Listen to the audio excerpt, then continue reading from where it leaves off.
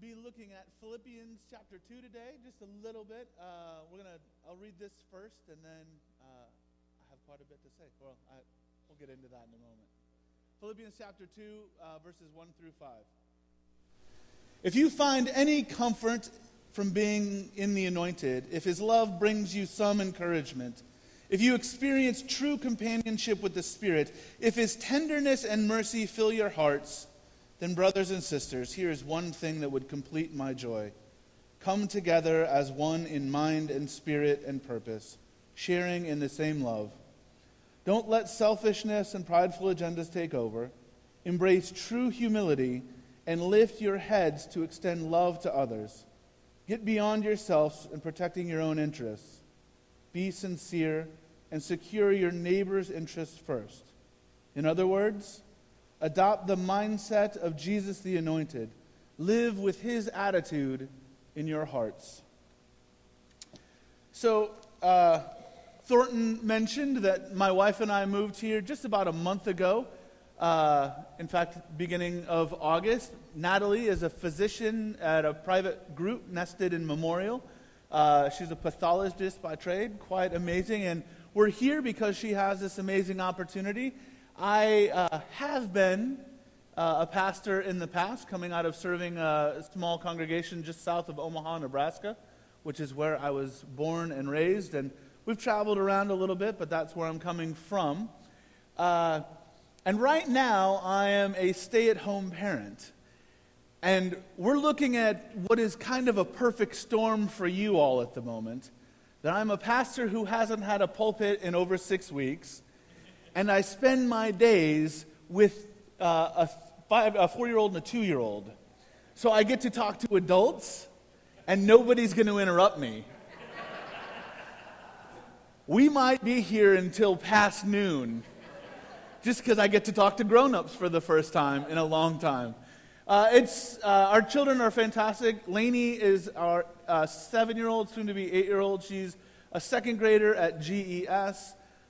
She's all sorts of fantastic. She's wearing a very vibrant skirt this morning, which is an apt description of her. She is a wonderfully vibrant child. Hallie is our middle child. She is wonderfully enigmatic. She has this beautiful passion deep inside, but she's got this protective barrier around her that she's a little nervous. But man, once you're inside of those boundaries, she is a delight. And then CJ is the little ruckus rolling around with the mohawk. He is also quite fantastic, but a little bit of stranger danger these days. And we're going through all sorts of transitions. This is the first big move for the kids as a family, so we're in this transition. And it's a joy to be with you. I had mentioned that I was in a congregation just south of Omaha. If I was there this morning, and not because it's comparison, but when you're born in Nebraska, you're taught to be a Cornhusker fan. That's just what life is. And now that they all have jumped ship to the Big Ten, you all know a little bit about how they can be as fans. And today would be the one day that I would stand up in front of them and I would say, I'm sure you all saw the score yesterday. Kansas football, which is my alma mater, and Kansas is terrible at football, we won yesterday. And I would patronize them by saying, hey, look, the Jayhawks are amazing, aren't they? But I've been told I'm not supposed to mention the Jayhawks here because some people are still upset about Bill Self. We're going to work through that together. That's part of our second hour this morning. It's going to be just fine. And really my hope as we spend time in congregations is that we're given permission to wrestle with what Scripture has in front of us. I really think the biggest challenge facing us as a church is a lot of people just put in the time and we're not necessarily given permission to ask the questions, to do the kind of things that might be frustrating or uncomfortable, and we're not certain if the person next to us has the same question that we do, so most of us are afraid to ask. So part of my understanding as pastor is to create some of that stress, some of that tension for everybody, so that as we get to Scripture, we've got something to hold on to. As we wrestle with breaking a few things down, as we're building ourselves back up in Scripture, we can find what God has for us and not just, oh, I've heard that passage before, it's going to be okay. And I had this, because again, I had all of this time to think with the little ones. I had this really exciting thing I was going to talk about with Colin Kaepernick, the quarterback of the 49ers, who's maybe created a few waves by not standing during the national anthem. And I don't know if you have these friends or not, but there are some friends that are applauding him and lifting him up as he is a wonderful mouthpiece. And there are those that are not lifting him up and trying to do as much as they can to put him down, saying that he is a national travesty.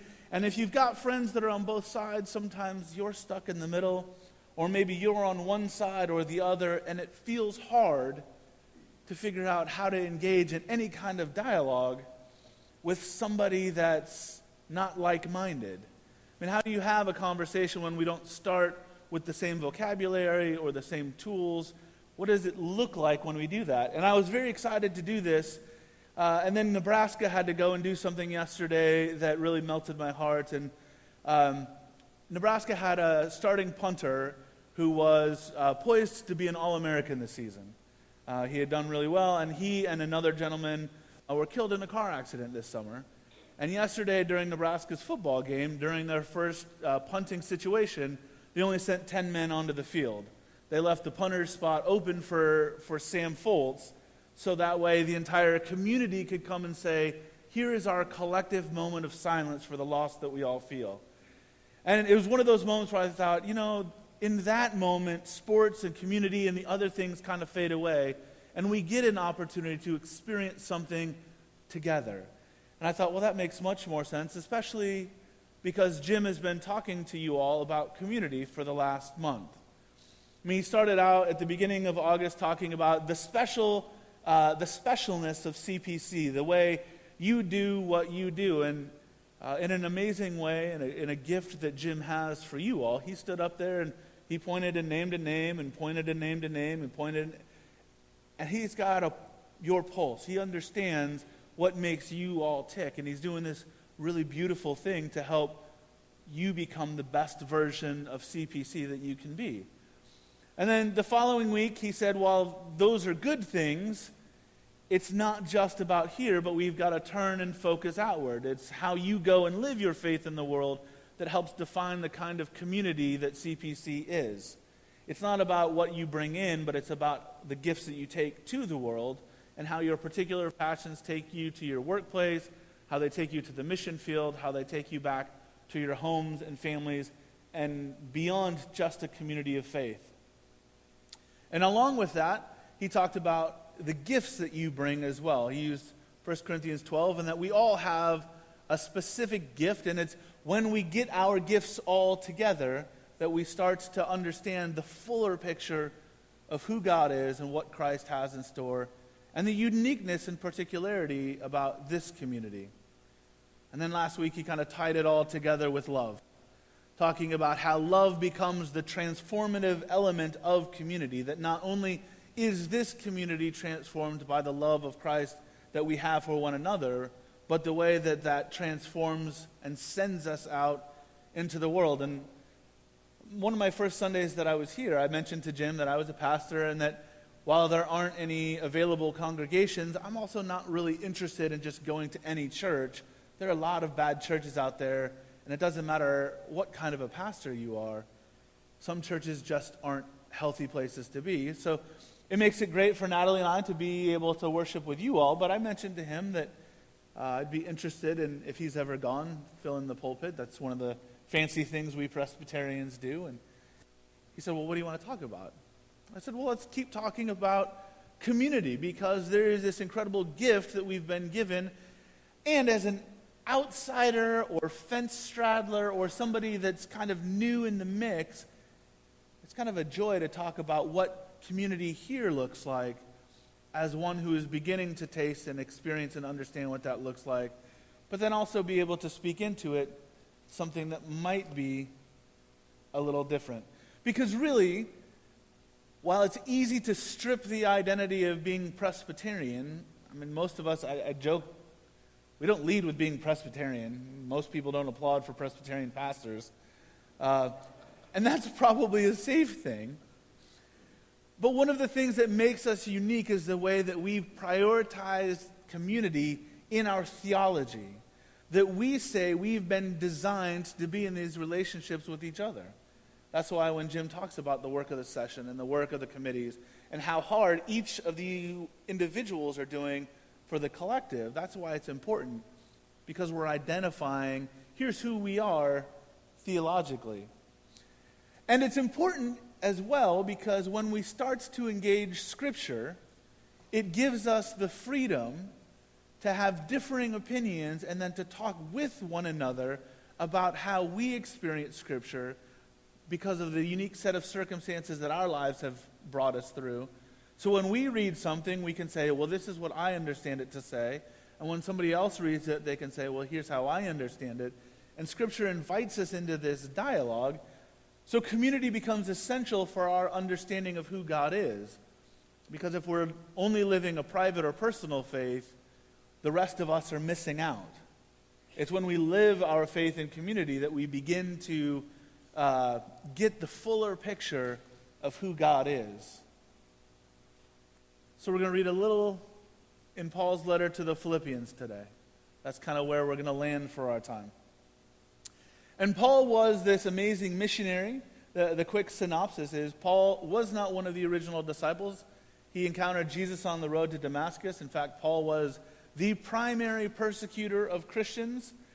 He was on his way to oversee an execution when he encountered Christ. And then he became the leading advocate for Christianity. He became the ambassador of Christianity to the Gentiles. He became the ambassador between the Gentiles and the Jews as this bridge of faith was being created through Christ. And he wrote a bunch of letters. As he had been planting churches, he stayed in communication and would try and address some of the specific issues.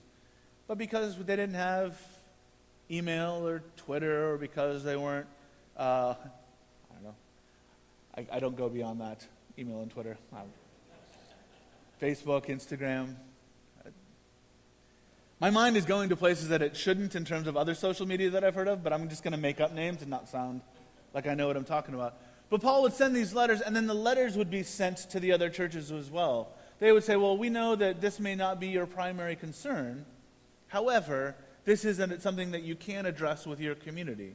So Paul was sending this letter to the church of Philippi, and Paul was a brilliant rhetorician. Paul crafted these beautiful, exquisite arguments. Listen to how he starts just in verse 1. And he's just laying it on thick. If you find any comfort from being in the anointed, if his love brings you some encouragement, if you experience true companionship with the Spirit, if his tenderness and mercy fill your hearts, my goodness.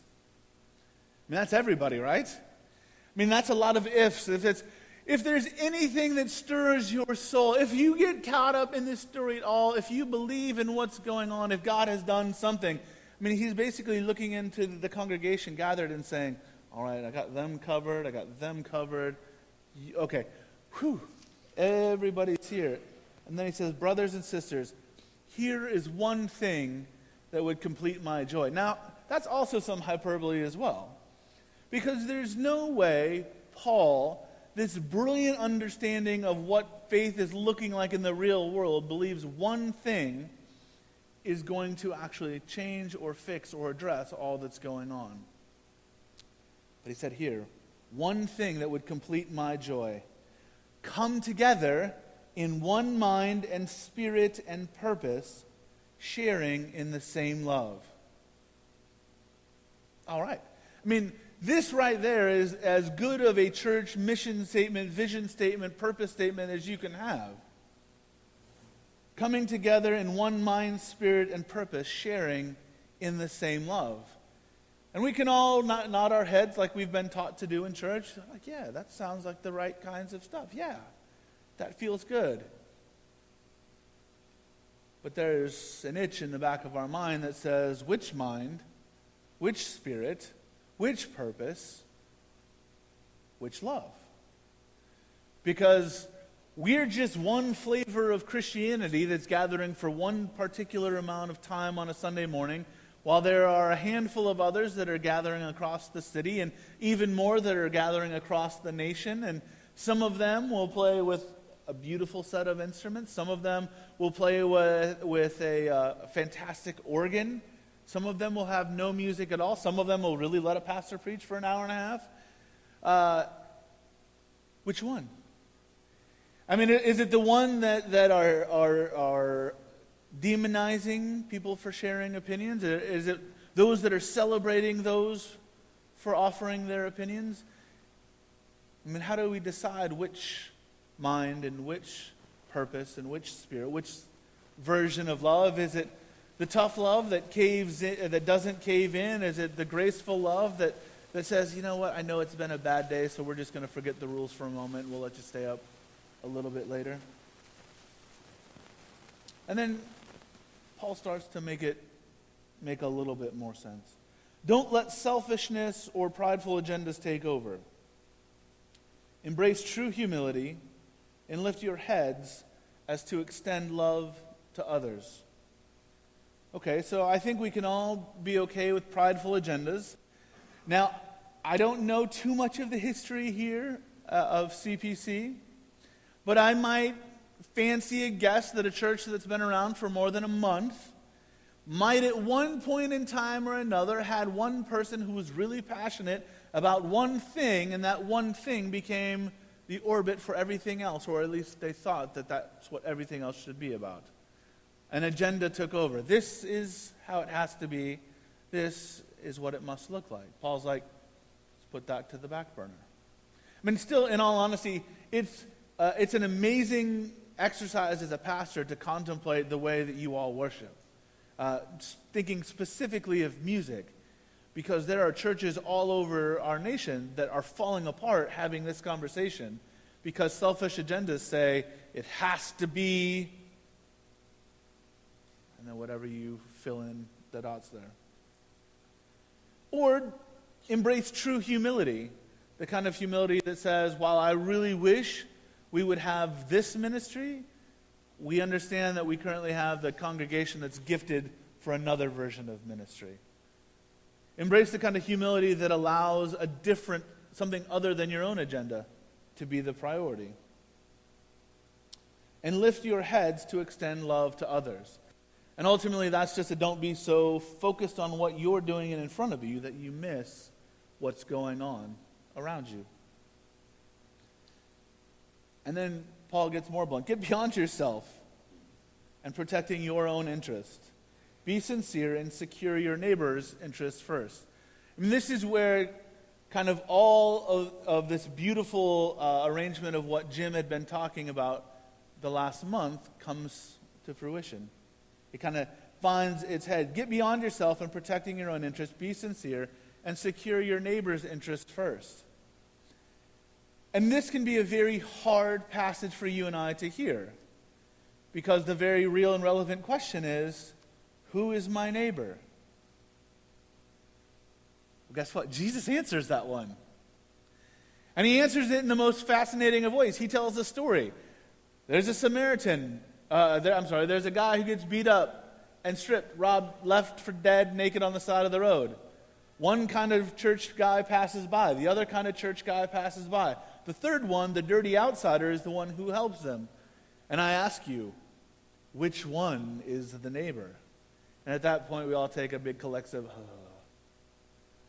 that guy is the outsider. Well, that's the one whose interests you and I are supposed to be securing, not the one who's on our side. We're not making sure that the next version of us is better.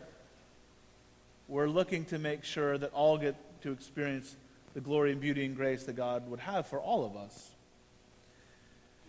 And Paul, as he can get wordy from time to time, also is brilliant at wrapping things up. Because Paul said, okay, so let me just tell you this then. In other words, adopt the mindset of Jesus.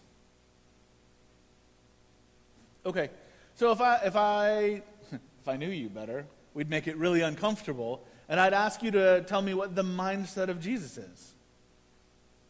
I mean, is there a single passage that we can go to say, here is the mindset of Christ? I mean, we, like in the church, we like to use language like, here's the heart of Christ, here's what Jesus desires, but we don't always have a uniform answer or understanding of what that looks like. It can be a challenge for us to understand exactly what is the mindset of Jesus, because while some might say it's welcoming the others, some might say it's elevating the lowly, it's reaching the margins, it's caring, it's reorienting. I mean, there are all sorts of thoughts as to the efficacy and what exactly did Christ do and how did Christ accomplish it. And that's why we're important together, because the way you've experienced it and the way you experience it is different. So as we communicate, if we can be open to one another and understanding the good and bigness of God, rather than having to defend my vantage point, it allows us to have this bigger experience of who Christ is. And then Paul ends with, live with this attitude in your heart.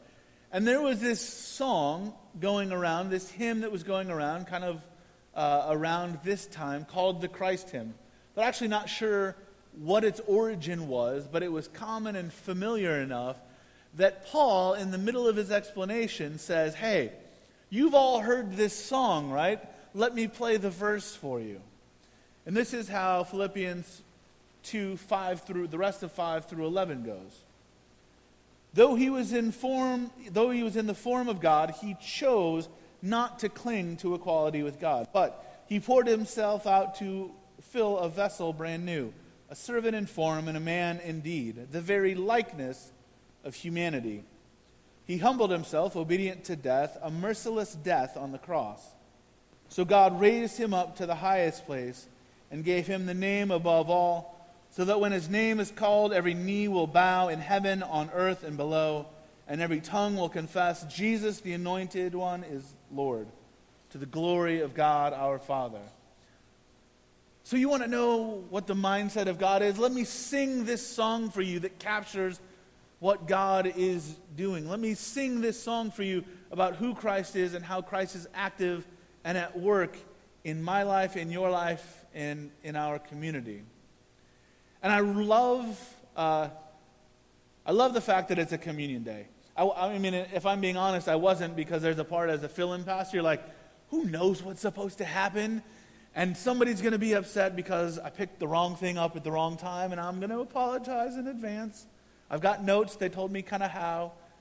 But I love the fact that it's communion day, because this is the place that you and I make the declaration that the thing that unites us is greater than anything that divides us.